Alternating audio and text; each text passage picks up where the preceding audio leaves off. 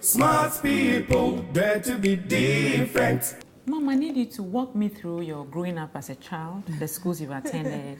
Well, I was born and bred here in Ghana, in Elmina. Okay.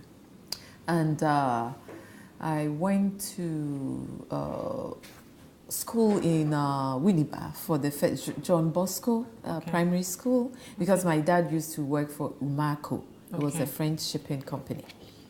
And from there, we went to Côte d'Ivoire because my father then started working for Ghana Airways. Okay. And so we were in Côte d'Ivoire. For how long? For about 3 years. Okay. And then I came back and went to Ola boarding school, Our Lady of Apostles. No, not Ho, Elmina. Oh, Elmina, yeah. Did you go to Ho? No, I'm from there. Yeah. Well, I went. When I know Ola Ho, Ola girls. Ola girls. So Elmina for my primary school. Then I went to St. Louis, which it started at St. Louis, but it became at Bishop Porter's in Takoradi. Yeah. For my secondary education. We didn't have a sixth form. It was new. Yeah. We were like the pioneers, 1 year into the pioneerhood. Then from there, I went to St. Louis, Kumasi for my sixth form. Okay. And from there, I went to Cape Coast University for my bachelor's degree. You love education. Yes.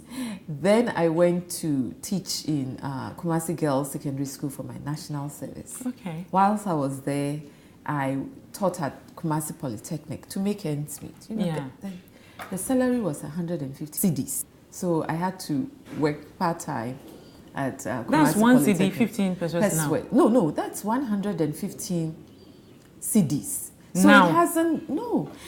At that time, the CD was, I think, equivalent to the dollar then. Yes. And it was 115 Ghana cedis. Okay, 115. 115. Okay. Cedis. Okay. So, you know, when you look at what they are paid now, it really hasn't changed much. Yeah. But anyway, you couldn't buy much with it. So I worked as a part-time tutor at Kumasi Polytechnic. Okay. Then after a year, I went to the US, you know, to join my then fiancé, you know, Dr. Papa Nduom. Yeah. So he left. He was gone for 4 years, and then. Oh, so you lost contact, or you were still in touch? No. We wrote to each other. I like that. No. The fire was so on. Oh yeah, we wrote to. He wrote almost every week. He loves to write. Eh? He loves to write. You'll be telling me. And I have all these letters. I kept them. Are you serious? So I have them. Anyway, so he wrote. Hey, mommy, who the mother di papa? I know how to receive it and also how to give it. Give it. I'm learning. So anyway, I went there, and I also went back to school, got my master's in school administration and adult education. Okay. And then I worked in, you know, corporate America for about 15 years. And then 1991, we decided to move back. Yeah, so we came back. And, you know, we've been here since. Yeah, since. Growing up as a child in your hometown, did you have any problem? Because you are very light, you know? Yeah, I did. Yes. I didn't like Elmina at all then. And you know, I always felt that I didn't fit in over here because people pointed at me. They wouldn't call me by my name. They would call me Brony. And, you know, I used to turn red because I was embarrassed. Yeah. I didn't like that. Yeah. And, you know, the children would be following me. Brony. But now, so I was uncomfortable. But then I was younger then, right? So when I moved to the US, all of it went away because I fitted in. And so it was, okay, I found my niche. You know, this is where I should be. You even have a Black American. Well, people think I'm everything. I'm, you know, like Moroccan, I'm South American, I'm African American, I'm everybody else except Ghanaian. But, you know, I'm of mixed, you know, race. So that's why. Who is? I'm totally mixed up. My mother is mixed up. My mother is Ghanaian, Dutch, and Scottish. Okay. And your dad? My father French, a little bit of Ghanaian in it, you know. So it's like no really wonder you are like now I understand. So I'm a hybrid. Yes, it's a hybrid because you are lighter than the herbs. I know. Oh, they have something. So everybody is like pointing fingers at you. You can But understand. now I really don't mind because Oh, they no. don't mean any harm. No, you know, no. it's not, really.